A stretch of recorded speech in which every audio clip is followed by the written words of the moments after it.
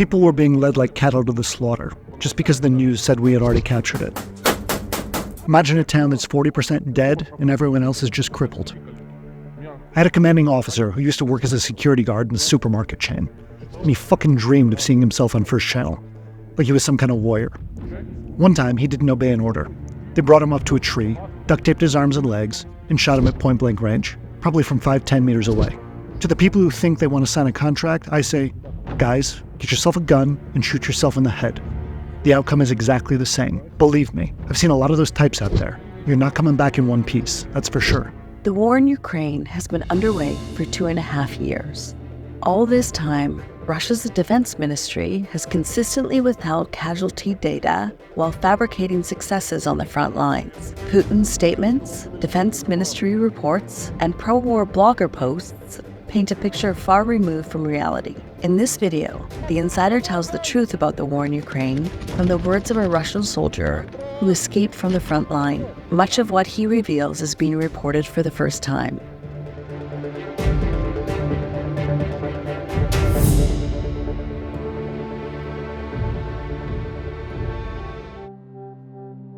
The first day when we arrived, it was pretty fucking scary, because we were hit by 2 FPV drones as soon as we were dropped off.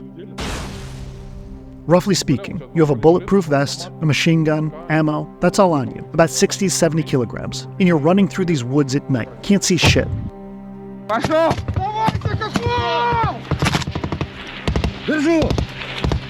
None of us were bothered for the first 3 days while we were settling in. Then they started pulling people out slowly, with the first guys sent out to dig trenches. There's 500 meters of open terrain, roughly speaking, to the village. Those 500 meters, well, they're impossible to cross. You're completely out in the open. There's one machine gun crew there. It can easily mow down 100 people. There also was a tank in the middle. The first boys were sent there in 5s. As I remember, 4 groups of 5 went out. All 20 men were killed that very evening. No one came out alive. No one even made it to that tank.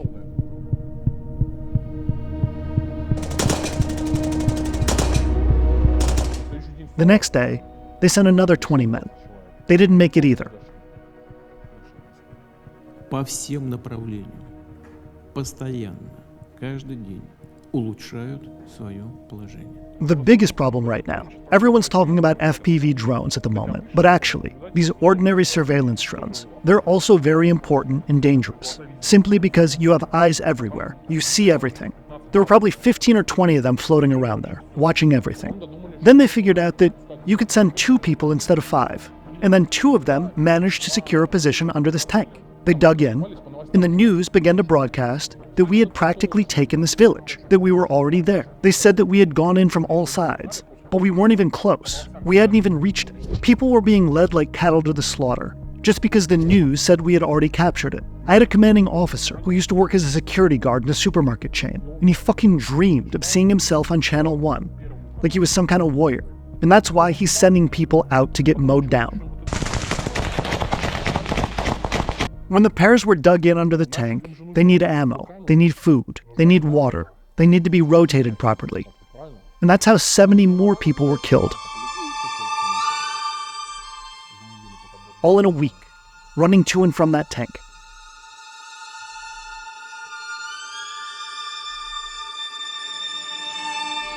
The worst part is, when you get out, you've just stepped out of the dugout, and you realize you're visible.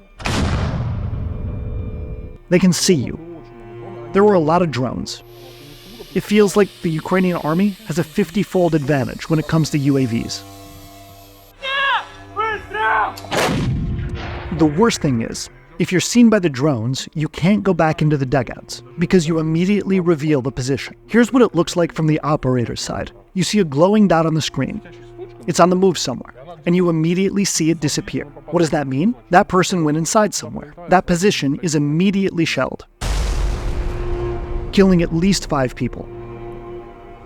15 to 20 people were left out of 250. 15 or 17 people were left, 10 of which were staff, clerks, all sorts of platoon commanders, deputies, company commanders. So there you go. This used to be a company of mobilized soldiers, but there are 10 to 15 people left out of the 250 that were called up. The rest are contract soldiers. And it's not that it's gone back to square one. I'll explain. About 40% were killed. 60 people. The rest are wounded. Of those, 30 to 40% are severely wounded. So there you go. Well, when I say severely, I mean they don't have arms and legs or other body parts. They're disabled for life. I wasn't in an assault platoon. I mean, I didn't go storming positions. I was pulling wounded men out 24 hours. I was running to that tank, too. I didn't carry supplies. I pulled wounded men out of there. That's all. And there were cases when, the most striking case, was when I took a guy out on the 4th week. He had been wounded for 3 days. I don't know how he survived. He didn't bleed out. He put on a tourniquet himself. His arm and his leg were wounded, and his arm was already festering and starting to rot. The necrosis had kicked in, and I'm told he's not going to be picked up for another 24 hours, minimum. I go to the doc and say, what do I do? I got a man. His arm's rotting. What do I do? Chop his arm off. He replied. I said, what do you mean? I ain't got no fucking medical degree. Well, what do you want him to die for? He's gonna die anyway. Chop his arm off. That was a massive dilemma. I had thoughts of just leaving him to die there in agony. But on the other hand, well, it was fucking scary to fucking chop a man's arm off. I mean, really, I chopped it off with an axe, the ones you use to chop wood, because I had nothing else. It took me about 4 swings to finally lop it off. I treated it. They told me how to do it over the radio. But then I probably didn't sleep for 2 days. That's what happened.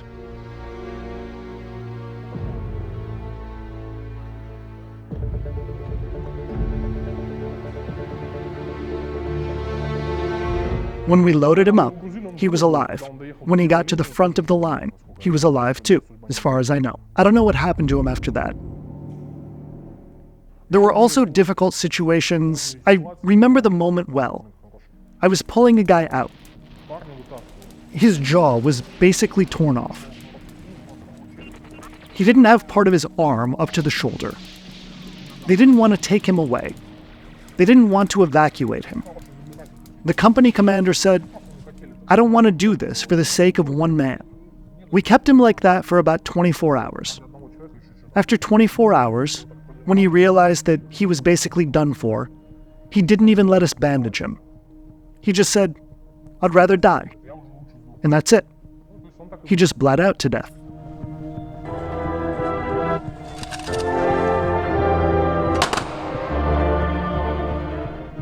The commander was drinking. That's all he did. He was just fucking drinking. He didn't give a shit who was gonna die or who was gonna do what. Looking ahead, I can say that I was wounded because of his drinking. Just because he had to get his fix. He says to go to the headquarters and get a new bird. I asked, why should I go there at night? Why now? You realize if I go out, they're gonna waste me. Well, just because night birds fly with thermal imaging. They can see you from a mile away. You're a glowing light on a black screen. It's impossible not to see you. Especially since my route led me right through open terrain. As for the order, I sort of fought it with the commander, but you still can't ignore all orders because we had a lot of dudes zeroed out. I was sent to HQ. I got there and picked up the bird. They gave me another package. What's in it, I ask. He says it's for the commander. I look in the bag, and there's 2 bottles, vodka and some cognac. And that's when I got it. That's why they sent me there. Anyway, I'm on my way back through the open field, and I hear a humming sound above me. I look up, and there's a drone. And then, boom, I fall to the ground. I don't understand anything. My only thought is, God forbid I don't have legs right now. If I don't have legs, I'll just shoot myself in the head. That way I won't have to suffer. I look down, my legs are still there, all covered in blood, but they're there, thank God. I crawled to the nearest cellar. I got on the radio. I say, take me away, I'm wounded, I can't walk, I'll bandage myself. We're not taking you, he says. It's too dangerous. And I get it. They're not going to take me because it is actually dangerous. I had a tremor. I'd probably lost a liter of blood. I thought, well, I'll crawl back. And I crawled. Almost got to the evacuation point. I was met there. Some commanders are either on Promedol, an opioid, or bath salts. Yeah, they get high a lot. Not all of them. I would say probably 40% of them are addicted. But that's still a lot. Promedol is an anesthetic that's given to everybody. It's a very old Soviet narcotic analgesic. That is, it has a pronounced narcotic effect. You take it, and you sit there drooling. Again, what's the situation there? Everyone is supposed to be given Promedol. 1 capsule or 2, I don't remember exactly, but they don't give them to everybody. They were given to them on paper. The report said that we were given a first aid kit. You've been given a first aid kit, but there's no Promedol in it. Where is it? Somebody must have taken it for themselves, right? It's not in the first aid kit. And that's how they had a constant dose of the drug. The wounded were very rarely evacuated. Very rarely. It was done either on one's personal initiative, or, if it was easy to pick someone up, if they're not far from your dugout, if they're, say, 2 minutes away, you quickly pick them up and load them in. I was sent to pick up a wounded guy. I'm already coming to this open area, and there's a fallen forest. A lot of fallen trees. I'm out there, and I hear a bird almost above me. I see these logs, and I see that the terrain is hilly. There's logs all over the place, and there are gaps under them, about this big. I crawl under one of the logs. I crawl closer to the middle, so I'm safer. I'm already in the middle, and I feel, soft isn't the word. The terrain under me is soft, loose. That's when I realized it's not dirt of any kind, and the smell is really strong. Well, I look underneath me, and there I just see the uniforms. And I see dead guys. They'd been there for 3 or 4 months, probably. Their bodies have already started to decompose. I was just crawling over the corpses. I was right there. I was very close to puking. I hear the bird above me, and it's clearly above me. I realize that she sees me. She knows I'm here. I realized I need to get the fuck out of here right away. If she hits these logs, the logs won't save me for sure. I start to crawl out from under them. I get to my feet, and then realize that I'm in a panic. That is, I got to my feet, walked 2 steps, and I didn't drink anything, but like a drunk. I just fell down. I tried to get on my knees. I can't. I'm in a daze. The drone hit the logs behind me, where I was crawling. Anyway, I somehow managed to gather myself. I turned around in the opposite direction and ran. So that was stressful as hell.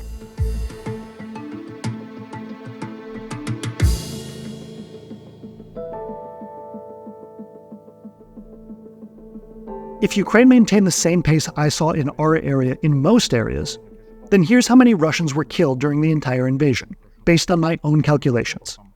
According to my figures, there were casualties. I'm not saying just the dead.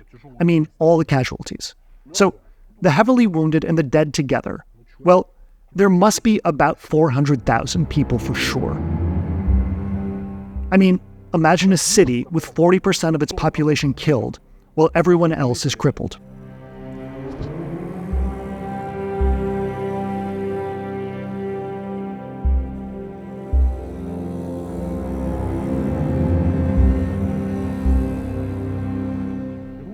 They take a man or bring him to the commander, as I understand it, as I've heard it. But from what I've seen of the corpses, it's all true. They bring a person either to the commander or, if he's too lazy to do it, he takes his minions, the suck-ups. I can't call them anything else. They're not people at all. There are not many people there in general, but them in particular, they aren't human beings. They bring him to a tree, duct tape his hands and feet, and chain him to the tree so he doesn't run away, so that he stays in place. And they just shoot him at point-blank range, from probably 5 to 10 meters out. They untie him from the tree and throw him in a ditch. That's how it usually happens. Say he didn't follow orders or didn't go somewhere when he was asked or something. They bring him to the commander, put on 2 armored vests, The commander gets up and shoots at the 2 armored jackets with an automatic weapon. And even if there's 2 vests, even if they can hold up to that, 2 armored vests can usually withstand assault rifles. But all his ribs will be broken. God forbid something else happens and he just slowly dies. If he survives 24 hours, I know one of these guys. They send you out, they evacuate you, but mostly they die. Or they make you put on a helmet and they shoot you in the helmet with a pistol. It's clear that a helmet can withstand a pistol. It will definitely withstand a pistol, a Makarov handgun. But if they shoot you in the helmet from 5 meters out, you won't have half a skull. It'll be broken. That's the sort of stuff they do there.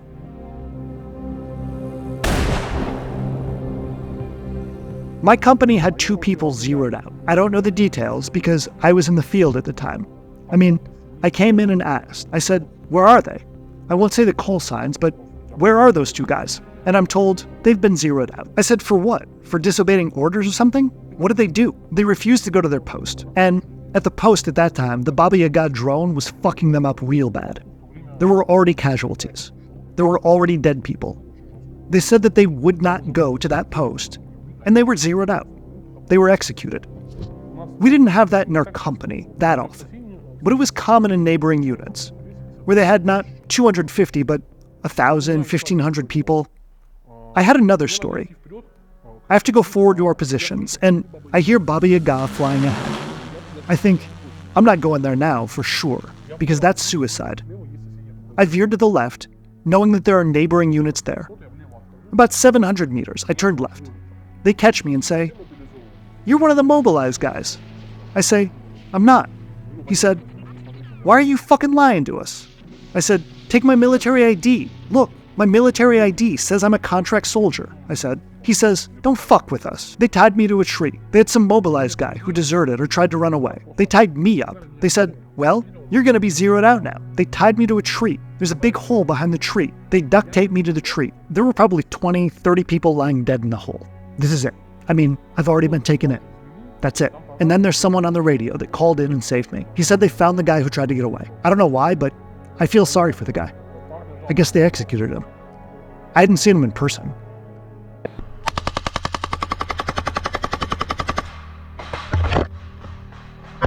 If a person doesn't follow orders, the military prosecutor's office should be called in. They should take him to court, give him some kind of sentence, or do something else. Well, the military prosecutors and the military police don't show up at the front because they're scared. They're pissing their pants. And nobody's going to take them away for doing something as small as that.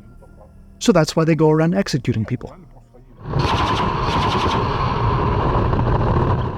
No one there's openly opposing the regime or saying that we're going to overthrow Putin or anything like that. If you fuck up, they're like, well, he did something wrong. We don't need all this. We'd better send him home. That's how they are. Even those who are patriots, even the ultra-patriots, they're already saying, why are we here? What are we doing here? We don't need this fucking shit. 2 Wagner guys came with us. One of them went straight to the military police. Then he ended up executing his own guys. I'm talking about his own guys. You have to understand that it's not like they're from my unit, but it's like you're shooting them in the back. It's one thing if you don't want to go to war yourself, right? Or you're against this war. It's another thing when I just don't understand this logic. You come in just because you want the dough, and you fuck everybody up, everybody in general. And the second guy, he was at the front for about a week, managed to borrow money from about everyone there, and bounced. He claimed he was off to buy drones in Belgorod, and just disappeared.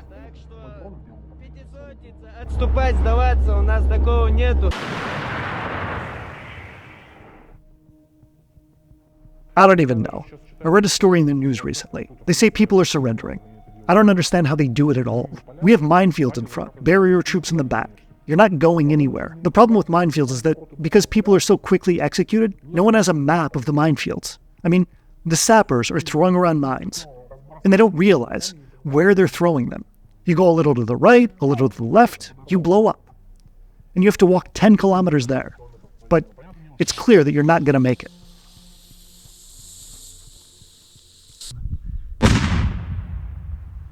Противотанковая мина, М-62. You realize that all these people, some of them will survive anyway. These commanders, the ones who suck up to these commanders, even ordinary people who maybe didn't even want to be there, but whose psyche will be destroyed. They'll all come back. What will they do once they're back home? It's scary, disgusting, just absolutely disgusting. You're not a human being there at all. When these people come from the war with blood on their hands, with broken psyches, who are in the same companies, units, and so on, they'll start to band together. And these smaller bands will start to group into bigger gangs. These people with guns are going to be walking the streets now. It's creepy as hell. Russia's up to its ass in guns right now. I'm sure because we've had stories of guns being smuggled out with dead bodies. That's basically how they're shipped out, with dead bodies. Say you have a corpse in a black bag, and they dump 3 or 4 assault rifles in the same black bag. What happens to them next? I can only tell you from rumors. I haven't been further. They take them to Russia and they file down the serial numbers. In other words, they sell them. It's big business. They make a lot of money. Imagine how many people are being killed over there. Obviously, nobody's running around and collecting them. No one's keeping count. I don't know, there are probably thousands of these guns in Russia, that's for sure. For one corpse, there are 3, 4, 5 guns. It was like that in our company. I can't speak for the others. If it was like that in our company, it's hard to imagine how many of these guns there are. You can arm a small army, that's for sure. To the people who think they want to sign a contract, I say, guys, get yourself a gun and shoot yourself in the head. The outcome is exactly the same. If you think you'll make money and come back, and everything will be great, believe me, I've seen so many of those types out there. You're not coming back. You're not coming back in one piece. Is 5 million rubles worth a leg? And then what are you going to do? Is your mom going to wipe your ass for the rest of your life?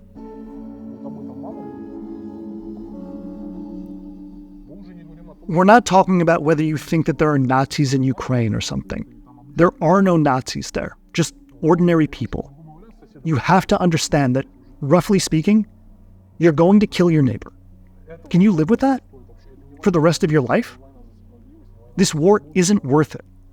It's not a war for the motherland. It's not a war for justice. It's not a war for freedom. It's a war for fuck all. It's a war for a retarded grandfather. You're not liberating anybody out there. I'll tell you more. Even the old man that's sending you to war, he doesn't believe he's liberating anybody. He doesn't give a shit about any of this. And nobody gives a shit about you either. And if you get pinned down, you better run. You better run. I don't know, if you don't have anything, if you've got no money, then take out some fucking loans and use them to get the fuck out of there. The worst thing that can happen, even if you try to run, if you're afraid of getting caught, what do you have to lose? They'll send you back to the front line either way. To put it simply, you can always try. I'll say more. Desertion attempts, when people really try to run away, are mostly successful.